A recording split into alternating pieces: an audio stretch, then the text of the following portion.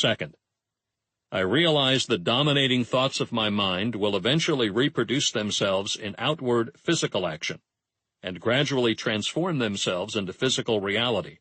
Therefore, I will concentrate my thoughts for 30 minutes daily upon the task of thinking of the person I intend to become, thereby creating in my mind a clear mental picture of that person. Third, I know through the principle of autosuggestion any desire that I persistently hold in my mind will eventually seek expression through some practical means of attaining the object back of it. Therefore, I will devote 10 minutes daily to demanding of myself the development of self-confidence. Fourth, I have clearly written down a description of my definite chief aim in life, and I will never stop trying until I have developed such sufficient self-confidence for its attainment. And fifth, I fully realize that no wealth or position can long endure unless built upon truth and justice. Therefore, I will engage in no transaction which does not benefit all whom it affects. I will succeed by attracting to myself the forces I wish to use and the cooperation of other people. I will induce others to serve me because of my willingness to serve others. I will eliminate hatred, envy, jealousy, selfishness, and cynicism by developing love for all humanity, because I know that a negative attitude toward others can never bring me success. I will cause others to believe in me because I will believe in them and in myself. I will sign my name to this formula, commit it to memory, and repeat it aloud once a day with full faith that it will gradually influence my thoughts and actions so that I will become a self-reliant and successful person. Back of this formula is a law of nature which no man has yet been able to explain. It has baffled the scientists of all ages. The psychologists have named this law autosuggestion, and let it go at that. The name by which one calls this law is of little importance. The important fact about it is, it works for the glory and success of mankind if it is used constructively. On the other hand, if used destructively, it will destroy just as readily. In this statement can be found a very significant truth, namely, that those who go down in defeat and end their lives in poverty, misery, and distress do so because of negative application of the principle of autosuggestion. The cause may be found in the fact that all impulses of thought have a tendency to clothe themselves in their physical equivalent. The subconscious mind, the chemical laboratory in which all thought impulses are combined and made ready for translation into physical reality, makes no distinction between constructive and destructive thought impulses. It works with the material we feed it through our thought impulses. The subconscious mind will translate into reality a thought driven by fear just as readily as it will translate into reality a thought driven by courage or faith. The pages of medical history are rich with illustrations of cases of suggestive suicide. A man may commit suicide through negative suggestion just as effectively as by any other means. In a Midwestern city, a man by the name of Joseph Grant, a bank official, borrowed a large sum of the bank's money without the consent of the directors. He lost the money through gambling. One afternoon, the bank examiner came and began to check the accounts. Grant left the bank, took a room in a local hotel, and when they found him 3 days later, he was lying in bed wailing and moaning, repeating over and over these words, "My God, this will kill me. I cannot stand the disgrace." In a short time, he was dead.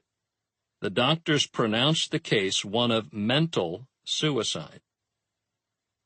Just as electricity will turn the wheels of industry and render useful service if used constructively, or snuff out life if wrongly used, so will the law of autosuggestion lead you to peace and prosperity or down into the valley of misery, failure, and death, according to your degree of understanding and application of it.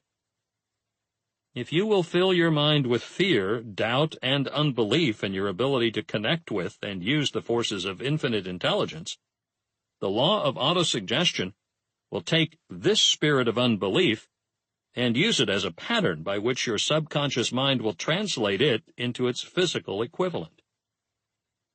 This statement is as true as the statement that 2 and 2 are 4. Like the wind which carries one ship east and another west, the law of autosuggestion will lift you up or pull you down according to the way you set your sails of thought. The law of autosuggestion, through which any person may rise to altitudes of achievement which stagger the imagination, is well described in the following verse. If you think you are beaten, you are. If you think you dare not, you don't. If you like to win, but you think you can't, it's almost certain you won't. If you think you'll lose, you're lost. For out of the world we find success begins with a fellow's will. It's all in the state of mind. If you think you are outclassed, you are. You've got to think high to rise. You've got to be sure of yourself before you can ever win a prize. Life's battles don't always go to the stronger or faster man, but soon or late, the man who wins is the man who thinks he can. Observe the words which were emphasized, and you will catch the deep meaning which the poet had in mind. Somewhere in your makeup, perhaps in the cells of your brain, there lies sleeping the seed of achievement, which if aroused and put into action, would carry you to heights such as you may never have hoped to attain. Just as a master musician may cause the most beautiful strains of music to pour forth from the strings of a violin, so may you arouse the genius which lies asleep in your brain, and cause it to drive you upward to whatever goal you may wish to achieve. Abraham Lincoln was a failure at everything he tried, until he was well past the age of 40. He was a Mr. Nobody from nowhere, until a great experience came into his life, aroused the sleeping genius within his heart and brain, and gave the world one of its really great men. That experience was mixed with the emotions of sorrow and love. It came to him through Anne Rutledge, the only woman whom he ever truly loved. It is a known fact that the emotion of love is closely akin to the state of mind known as faith, and this for the reason that love comes very near to translating one's thought impulses into their spiritual equivalent. During his work of research, the author discovered, from the analysis of the life work and achievements of hundreds of men of outstanding accomplishment, that there was the influence of a woman's love back of nearly every one of them. The emotion of love, in the human heart and brain, creates a favorable field of magnetic attraction, which causes an influx of the higher and finer vibrations which are afloat in the ether. If you wish evidence of the power of faith, study the achievements of men and women who have employed it. At the head of the list comes the Nazarene. Christianity is the greatest single force which influences the minds of men. The basis of Christianity is faith. No matter how many people may have perverted or misinterpreted the meaning of this great force, and no matter how many dogmas and creeds have been created in its name which do not reflect its tenets. The sum and substance of the teachings and achievements of Christ, which may have been interpreted as miracles, were nothing more nor less than faith. If there are any such phenomena as miracles, they are produced only through the state of mind known as faith. Some teachers of religion, and many who call themselves Christians, neither understand nor practice faith. let us consider the power of faith as it is now being demonstrated by a man who is well known to all of civilization, Mahatma Gandhi of India. In this man, the world has one of the most astounding examples known to civilization of the possibilities of faith. Gandhi wields more potential power than any man living at this time, and this, despite the fact that he has none of the orthodox tools of power, such as money, battleships, soldiers, and materials of warfare. Gandhi has no money. He has no home. He does not own a suit of clothes. But he does have power. How does he come by that power? He created it out of his understanding of the principle of faith, and through his ability to transplant that faith into the minds of 200 million people. Gandhi has accomplished, through the influence of faith, that which the strongest military power on earth could not, and never will accomplish through soldiers and military equipment. He has accomplished the astounding feat of influencing 200 million minds to coalesce and move in unison as a single mind. What other force on earth, except faith, could do as much? There will come a day when employees, as well as employers, will discover the possibilities of faith. That day is dawning. The whole world has had ample opportunity during the recent business depression to witness what the lack of faith will do to business. Surely, civilization has produced a sufficient number of intelligent human beings to make use of this great lesson which the Depression has taught the world. During this Depression, the world had evidence in abundance that widespread fear will paralyze the wheels of industry and business. Out of this experience will arise leaders in business and industry who will profit by the example which Gandhi has set for the world, and they will apply to business the same tactics which he used in building the greatest following known in the history of the world. These leaders will come from the rank and file of the unknown men who now labor in the steel plants, the coal mines, the automobile factories, and in the small towns and cities of America. Business is due for reform. Make no mistake about this. The methods of the past, based upon economic combinations of force and fear, will be supplanted by the better principles of faith and cooperation. Men who labor will receive more than daily wages. They will receive dividends from the business, the same as those who supply the capital for business. But first, they must give more to their employers and stop this bickering and bargaining by force at the expense of the public. They must earn the right to dividends. Moreover, and this is the most important thing of all, they will be led by leaders who will understand and apply the principles employed by Mahatma Gandhi. Only in this way may leaders get from their followers the spirit of full cooperation, which constitutes power in its highest and most enduring form. This stupendous machine age in which we live, and from which we are just emerging, has taken the soul out of men. Its leaders have driven men as though they were pieces of cold machinery. They were forced to do so by employees who have bargained, at the expense of all concerned, to get and not to give. The watchword of the future will be human happiness and contentment, and when this state of mind shall have been attained, the production will take care of itself more effectively than anything that has ever been accomplished where men did not and could not mix faith and individual interest with their labor. Because of the need for faith and cooperation in operating business and industry, it will be both interesting and profitable to analyze an event which provides an excellent understanding of the method by which industrialists and businessmen accumulate great fortunes by giving before they try to get. The event chosen for this illustration dates back to 1900, when the United States Steel Corporation was being formed.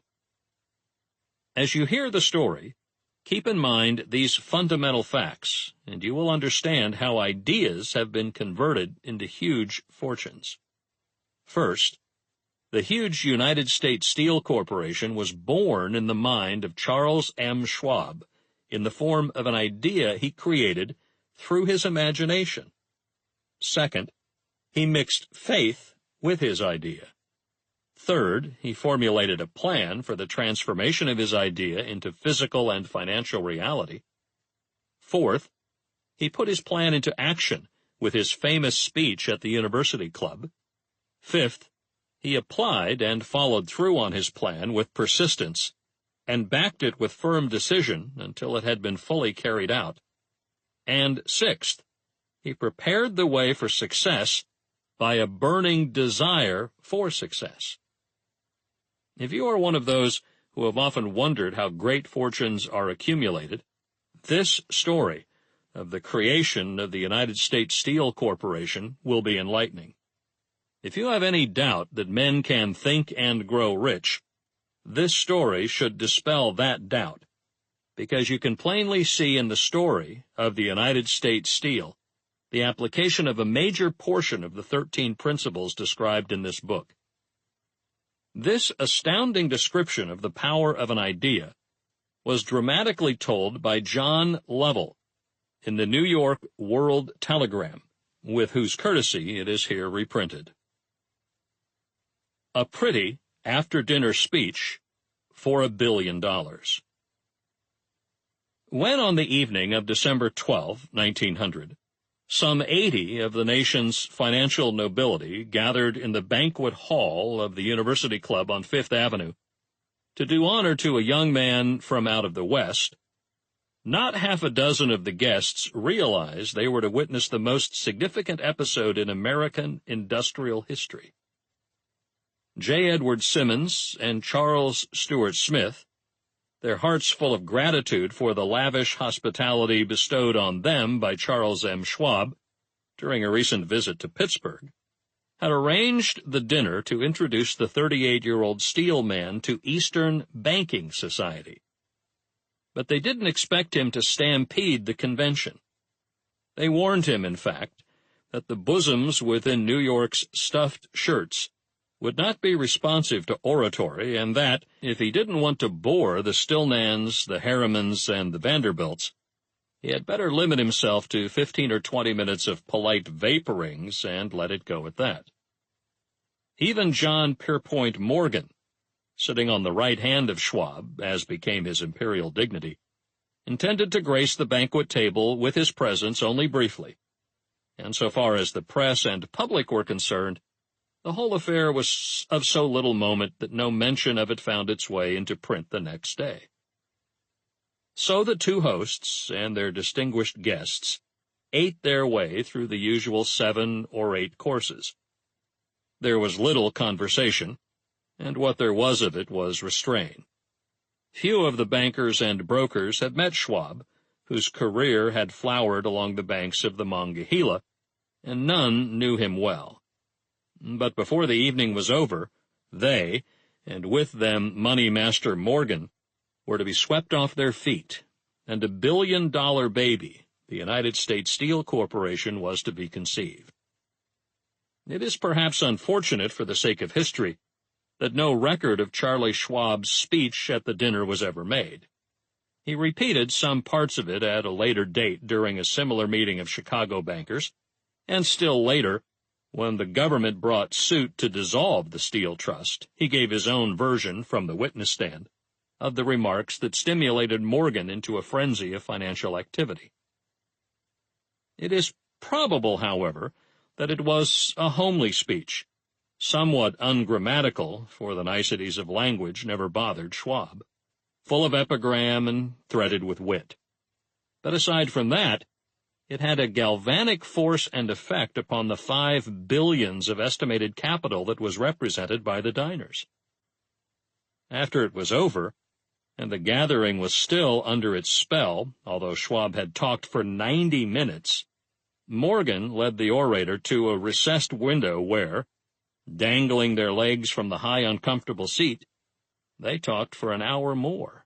The magic of the Schwab personality had been turned on full force, but what was more important and lasting was the full-fledged, clear-cut program he laid down for the aggrandizement of steel. Many other men had tried to interest Morgan in slapping together a steel trust after the pattern of the biscuit, wire and hoop, sugar, rubber, whiskey, oil, or chewing gum combinations. John W. Gates, the gambler, had urged it, but Morgan distrusted him. The Moore boys, Bill and Jim, Chicago stock jobbers, who had glued together a match trust, and the Cracker Corporation had urged it and failed. Albert H. Gray, the sanctimonious country lawyer, wanted to foster it, but he wasn't big enough to be impressive. Until Schwab's eloquence took J.P. Morgan to the heights from which he could visualize the solid results of the most daring financial undertaking ever conceived, the project was regarded as a delirious dream of easy money crackpots. The financial magnetism that began a generation ago to attract thousands of small and sometimes inefficiently managed companies into large and competition-crushing combinations had become operative in the steel world through the devices of that jovial business pirate, John W. Gates. Gates already had formed the American Steel and Wire Company out of a chain of small concerns, and together with Morgan had created the Federal Steel Company. The National Tube and American Bridge Companies were two more Morgan concerns, and the Moore brothers had forsaken the match and cookie business to form the American Group, tin plate, steel hoop, sheet steel, and the National Steel Company.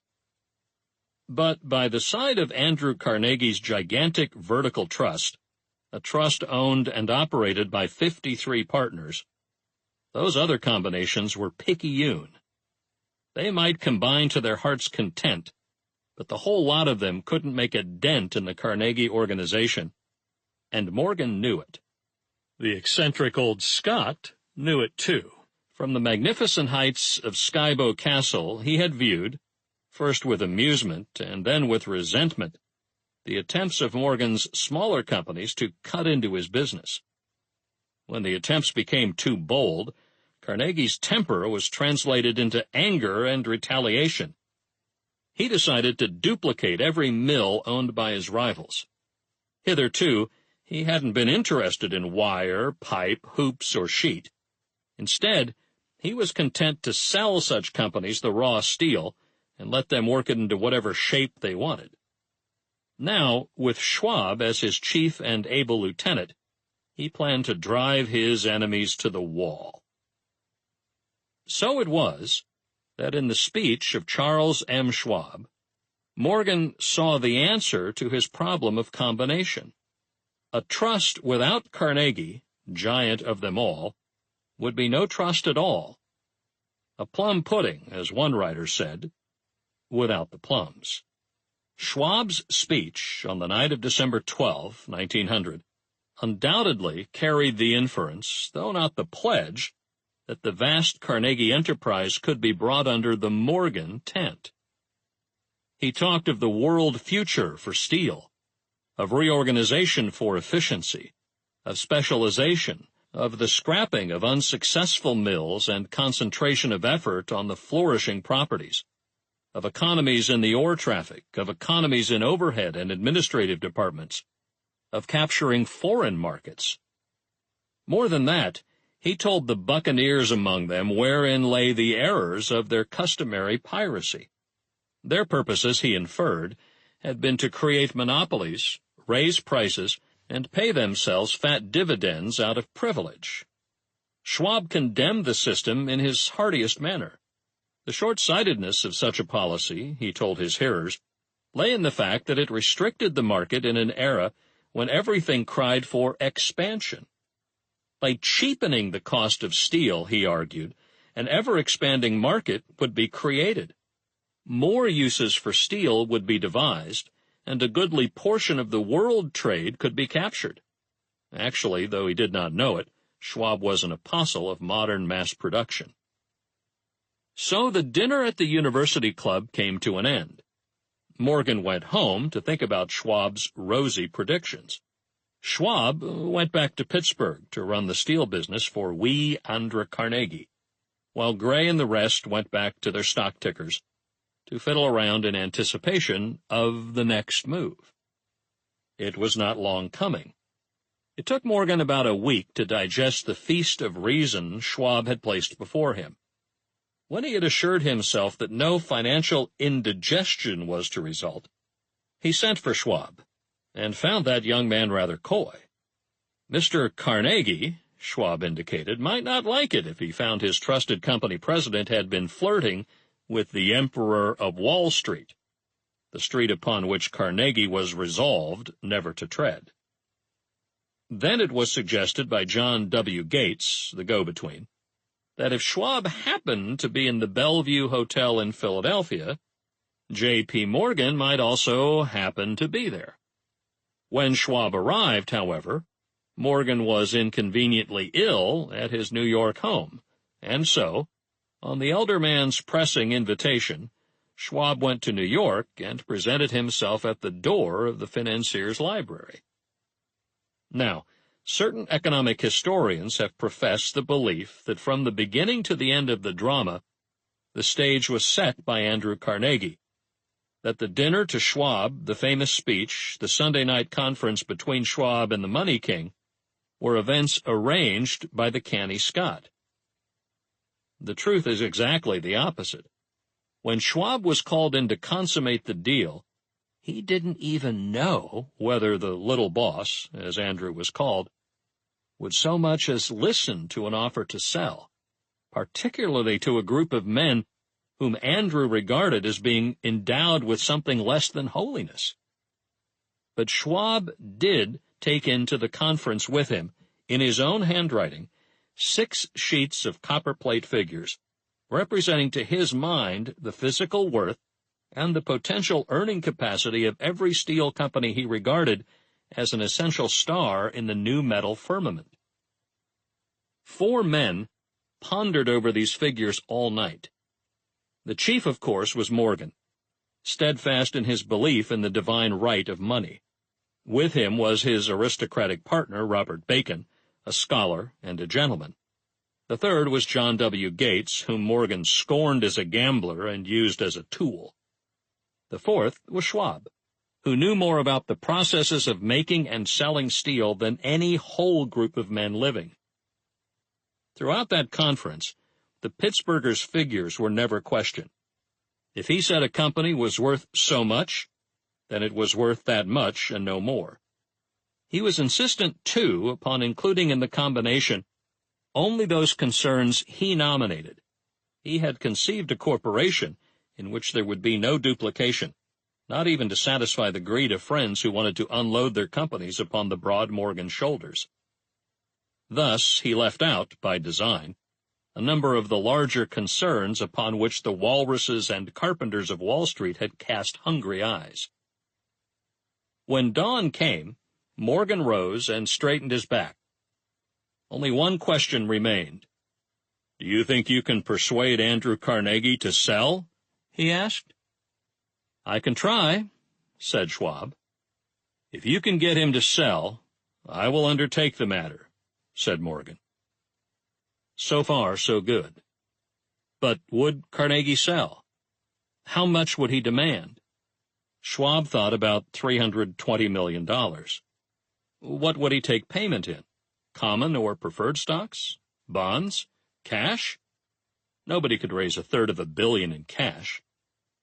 There was a golf game in January on the frost-cracking heath of the St. Andrew's Links at Westchester, with Andrew bundled up in sweaters against the cold, and Charlie talking volubly as usual to keep his spirits up. But no word of business was mentioned until the pair sat down in the cozy warmth of the Carnegie cottage hard by.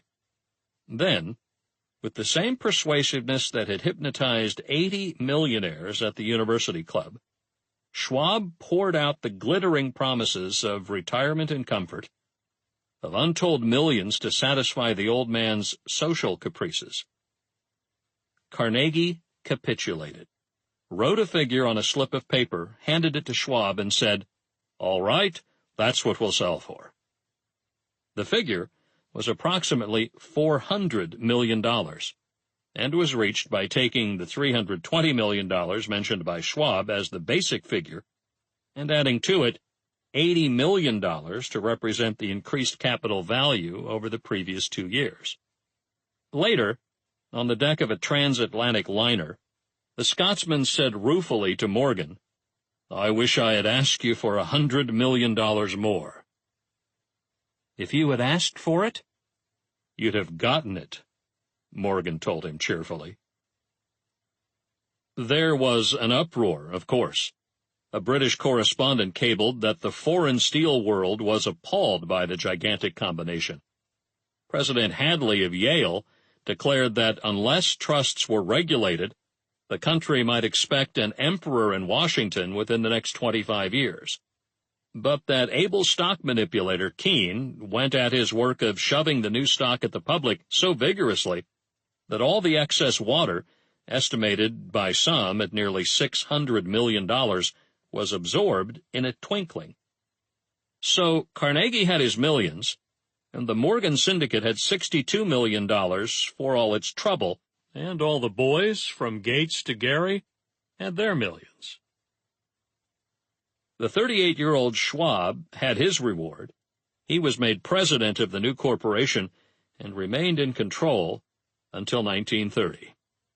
The dramatic story of big business, which you have just finished, was included in this book because it is a perfect illustration of the method by which desire can be transmuted into its physical equivalent. I imagine some listeners will question the statement that a mere intangible desire can be converted into its physical equivalent. Doubtless some will say, you cannot convert nothing into something. The answer is in the story of United States Steel. That giant organization was created in the mind of one man. The plan by which the organization was provided with steel mills that gave it financial stability was created in the mind of the same man. His faith, his desire, his imagination, his persistence were the real ingredients that went into United States Steel. The steel mills and mechanical equipment acquired by the corporation after it had been brought into legal existence were incidental. But careful analysis will disclose the fact that the appraised value of the properties acquired by the corporation increased in value by an estimated $600 million by the mere transaction which consolidated them under one management. In other words, Charles M. Schwab's idea, plus the faith with which he conveyed it to the minds of J.P. Morgan and the others, was marketed for a profit of approximately $600 million. Not an insignificant sum for a single idea. What happened to some of the men who took their share of the millions of dollars profit made by this transaction is a matter with which we are not now concerned. The important feature of the astounding achievement is that it serves an unquestionable evidence of the soundness of the philosophy described in this book, because this philosophy was the warp and the woof of the entire transaction. Moreover, the practicability of the philosophy has been established by the fact that United States Steel Corporation prospered and became one of the richest and most powerful corporations in America, employing thousands of people, developing new uses for steel, and opening new markets, thus proving that the $600 million in profit which the Schwab idea produced was earned. Riches begin in the form of thought. The amount is limited only by the person in whose mind the thought is put into motion. Faith removes limitations. Remember this when you are ready to bargain with life for whatever it is that you ask as your price for having passed this way. Remember also that the man who created the United States Steel Corporation was practically unknown at the time. He was merely Andrew Carnegie's Man Friday until he gave birth to his famous idea. After that, he quickly rose to a position of power, fame, and riches. There are no limitations to the mind except those we acknowledge. both poverty and riches are the offspring of thought. Chapter 4. Autosuggestion, the medium for influencing the subconscious mind. The third step toward riches. Autosuggestion is a term which applies to all suggestions and all self-administered stimuli which reach one's mind through the five senses. Stated in another way, autosuggestion is self-suggestion. It is the agency of communication between that part of the mind where conscious thought takes place and that which serves as the seat of action for the subconscious mind. Through the dominating thoughts which one permits to remain in the conscious mind, whether these thoughts be negative or positive is immaterial, the principle of autosuggestion voluntarily reaches the subconscious mind and influences it with these thoughts. No thought, whether it be negative or positive, can enter the subconscious mind without the aid of the principle of autosuggestion, with the exception of thoughts picked up from the ether. Stated differently, all sense impressions which are perceived through the five senses are stopped by the conscious thinking mind and may either be passed on to the subconscious mind or rejected at will. The conscious faculty serves, therefore, as an outer guard to the approach of the subconscious. Nature has so built man that he has absolute control over the material which reaches his subconscious mind through his five senses, although this is not meant to be construed as a statement that man always exercises this control. In the great majority of instances, he does not exercise it, which explains why so many people go through life in poverty. Recall what has been said about the subconscious mind resembling a fertile garden spot in which weeds will grow in abundance if seeds of more desirable crops are not sown therein.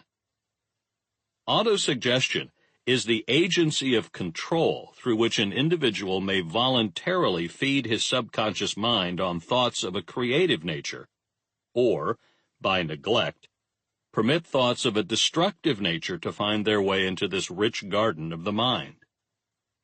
You were instructed, in the last of the 6 steps described in the chapter on desire, to read aloud twice daily the written statement of your desire for money, and to see and feel yourself already in possession of the money. By following these instructions, you communicate the object of your desire directly to your subconscious mind in a spirit of absolute faith.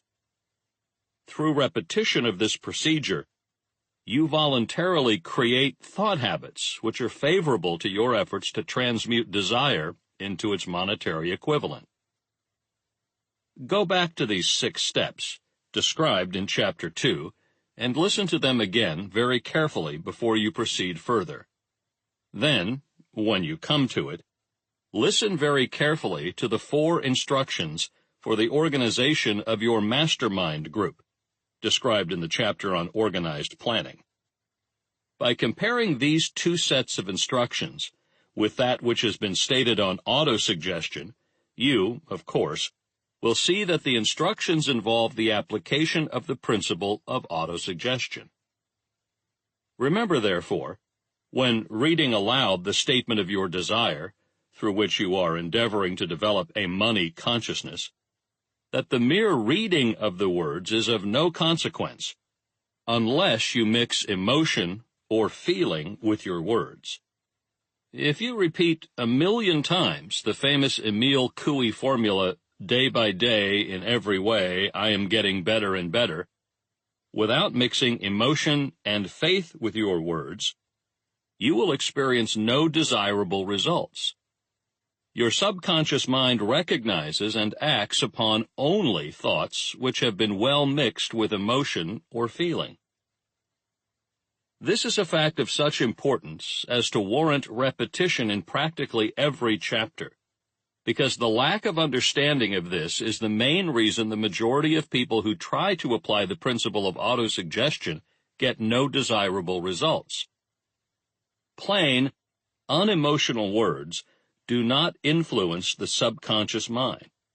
You will get no appreciable results until you learn to reach your subconscious mind with thoughts or spoken words which have been well emotionalized with belief. Do not become discouraged if you cannot control and direct your emotions the first time you try to do so. Remember, there is no such possibility as something for nothing. Ability to reach and influence your subconscious mind has its price, and you must pay that price. You cannot cheat, even if you desire to do so. The price of ability to influence your subconscious mind is everlasting persistence in applying the principles described here. You cannot develop the desired ability for a lower price. You, and you alone, must decide whether or not the reward for which you are striving, the money consciousness, is worth the price you must pay for it in effort. Wisdom and cleverness alone will not attract and retain money, except in few very rare instances where the law of averages favors the attraction of money through these sources. The method of attracting money described here does not depend upon the law of averages. Moreover, the method plays no favorites. It will work for one person as effectively as it will for another. Where failure is experienced, it is the individual, not the method, which has failed. If you try and fail, make another effort, and still another, until you succeed. Your ability to use the principle of autosuggestion will depend, very largely, upon your capacity to concentrate upon a given desire until that desire becomes a burning obsession. When you begin to carry out the instructions in connection with the 6 steps described in the 2nd chapter, it will be necessary for you to make use of the principle of concentration.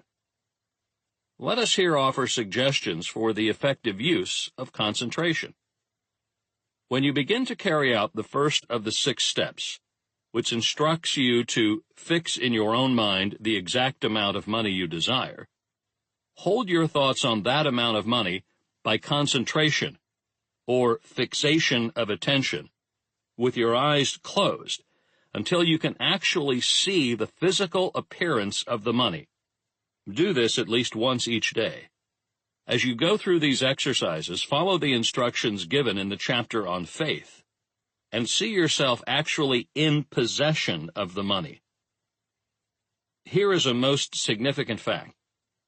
The subconscious mind takes any orders given it in a spirit of absolute faith, and acts upon those orders, although the orders often have to be presented over and over again through repetition before they are interpreted by the subconscious mind. Following the preceding statement, consider the possibility of playing a perfectly legitimate trick on your subconscious mind by making it believe, because you believe it, that you must have the amount of money you are visualizing, that this money is already awaiting your claim, that the subconscious mind must hand over to you practical plans for acquiring the money which is yours. Hand over the thought suggested in the preceding paragraph to your imagination, and see what your imagination can or will do to create practical plans for the accumulation of money through transmutation of your desire.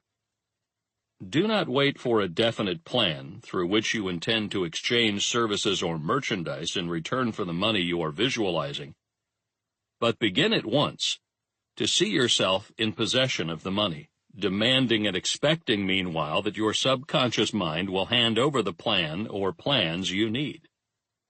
Be on the alert for these plans, and when they appear, put them into action immediately. When the plans appear, they will probably flash into your mind through the 6th sense, in the form of an inspiration. This inspiration may be considered a direct telegram or message from infinite intelligence. Treat it with respect, and act upon it as soon as you receive it. Failure to do this will be fatal to your success. In the fourth of the 6 steps, you are instructed to create a definite plan for carrying out your desire and begin at once to put this plan into action. You should follow this instruction in the manner described in the preceding paragraph. Do not trust to your reason when creating your plan for accumulating money through the transmutation of desire. Your reason is faulty. Moreover, your reasoning faculty may be lazy, and if you depend entirely upon it to serve you, it may disappoint you. When visualizing the money you intend to accumulate with closed eyes, see yourself rendering the service or delivering the merchandise you intend to give in return for this money. This is important. Summary of instructions. The fact that you are listening to this book is an indication that you earnestly seek knowledge. It is also an indication that you are a student of this subject. If you are only a student, there is a chance that you may learn much that you did not know, but you will learn only by assuming an attitude of humility. If you choose to follow some of the instructions but neglect or refuse to follow others, you will fail. To get satisfactory results, you must follow all instructions in a spirit of faith. The instructions given in connection with the 6 steps in the 2nd chapter will now be summarized and blended with the principles covered by this chapter as follows. First, go into some quiet spot, preferably in bed at night, where you will not be disturbed or interrupted. Close your eyes and repeat aloud, so you may hear your own words, the written statement of the amount of money you intend to accumulate, the time limit for its accumulation, and a description of the service or merchandise you intend to give in return for the money. As you carry out these instructions, see yourself already in possession of the money. For example, suppose that you intend to accumulate $50,000 by the 1st of January, 5 years hence, that you intend to give personal services in return for the money in the capacity of a salesman. Your written statement of your purpose should be similar to the following. By the 1st day of January, 2000, I will have in my possession $50,000, which will come to me in various amounts from time to time during the interim. In return for this money, I will give the most efficient service of which I am capable, rendering the fullest possible quantity and the best possible quality of service in the capacity of salesman of, and then describe the service or merchandise you intend to sell. I believe that I will have this money in my possession. My faith is so strong that I can now see this money before my eyes. I can touch it with my hands. It is now awaiting transfer to me at the time and in the proportion that I deliver the service I intend to render in return for it. I am awaiting a plan by which to accumulate this money, and I will follow that plan when it is received.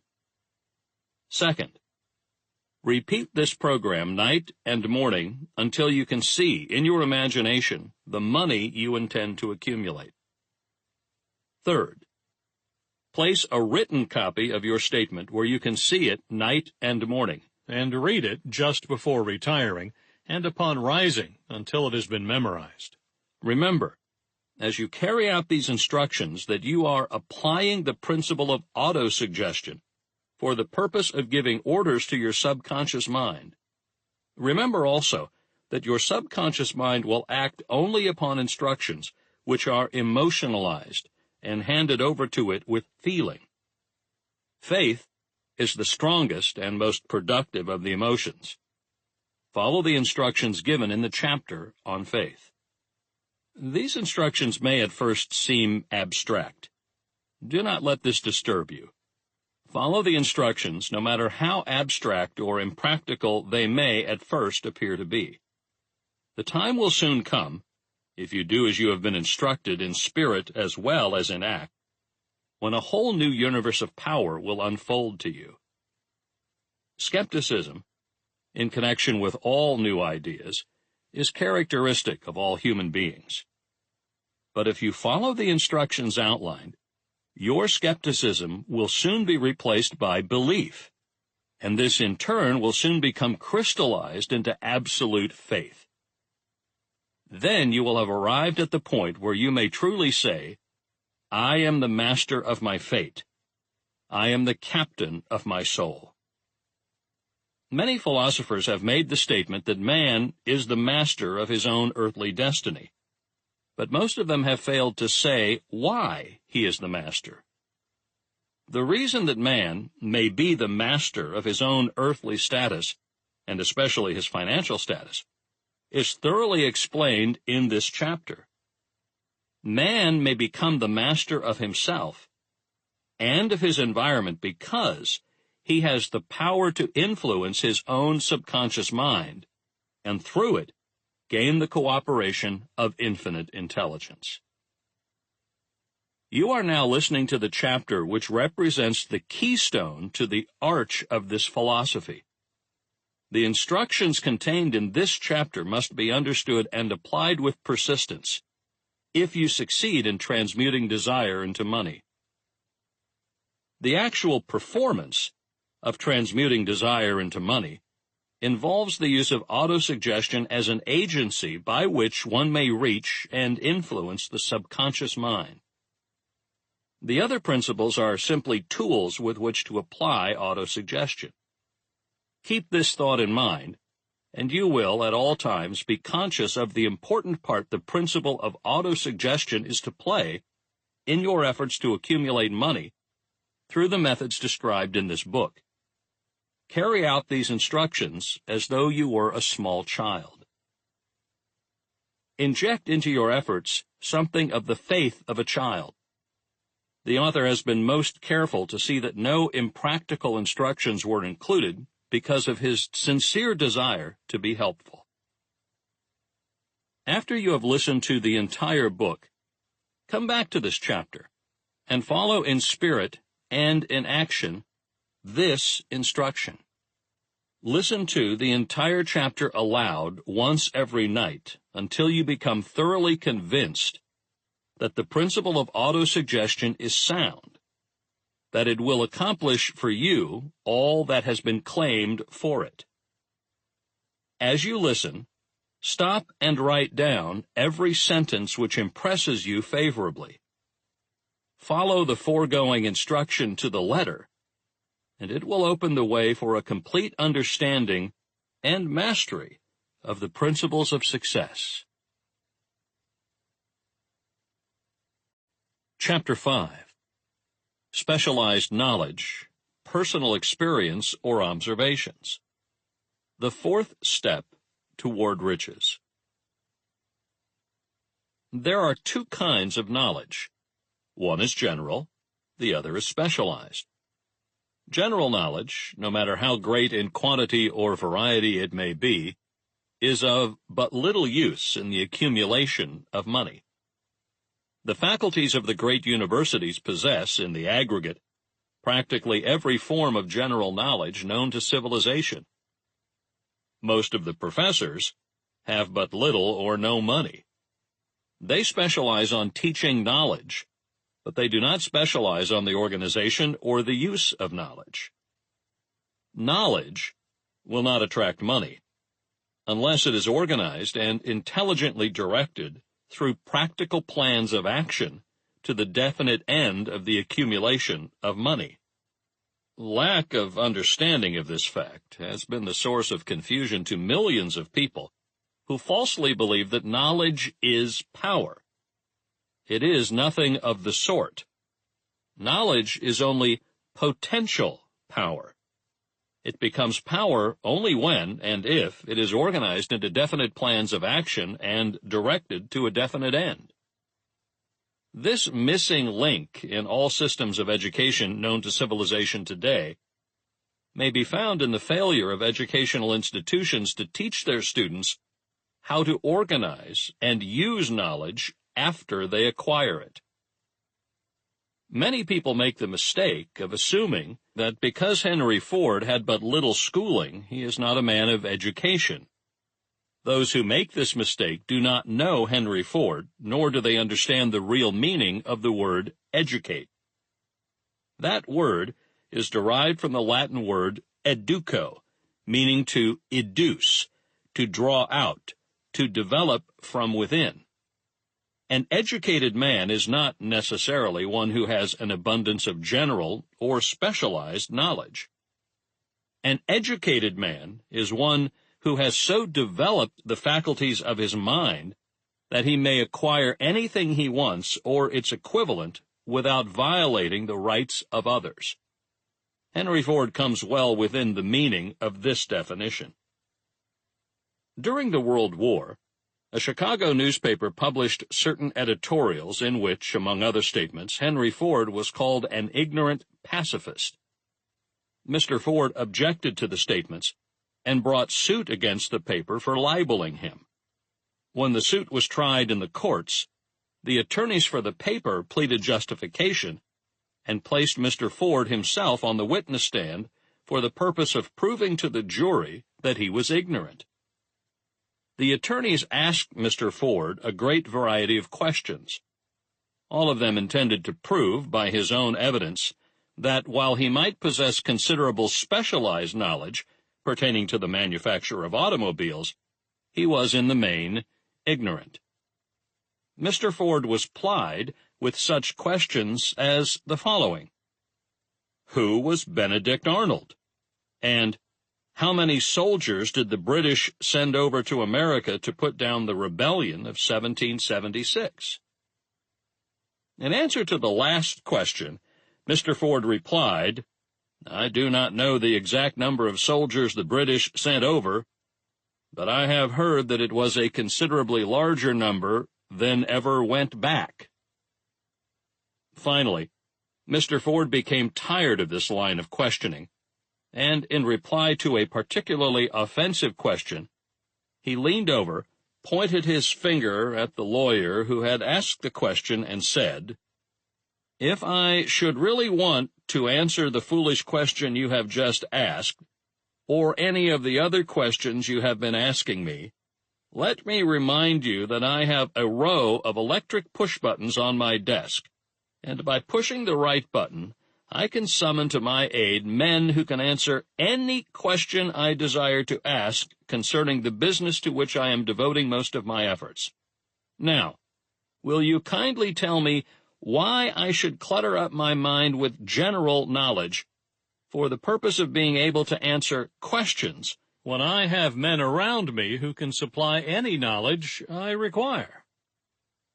There certainly was good logic to that reply. The answer floored the lawyer. Every person in the courtroom realized it was the answer, not of an ignorant man, but of a man of education. Any man is educated who knows where to get knowledge when he needs it and how to organize that knowledge into definite plans of action. Through the assistance of his mastermind group, Henry Ford had at his command all the specialized knowledge he needed to enable him to become one of the wealthiest men in America. It was not essential that he have this knowledge in his own mind. Surely, no person who has sufficient inclination and intelligence to listen to a book of this nature can possibly miss the significance of this illustration. Before you can be sure of your ability to transmute desire into its monetary equivalent, you will require specialized knowledge of the service, merchandise, or profession which you intend to offer in return for fortune. Perhaps you may need much more specialized knowledge than you have the ability or the inclination to acquire, and if this should be true, you may bridge your weakness through the aid of your mastermind group. Andrew Carnegie stated that he, personally, knew nothing about the technical end of the steel business. Moreover, he did not particularly care to know anything about it. The specialized knowledge which he required for the manufacture and marketing of steel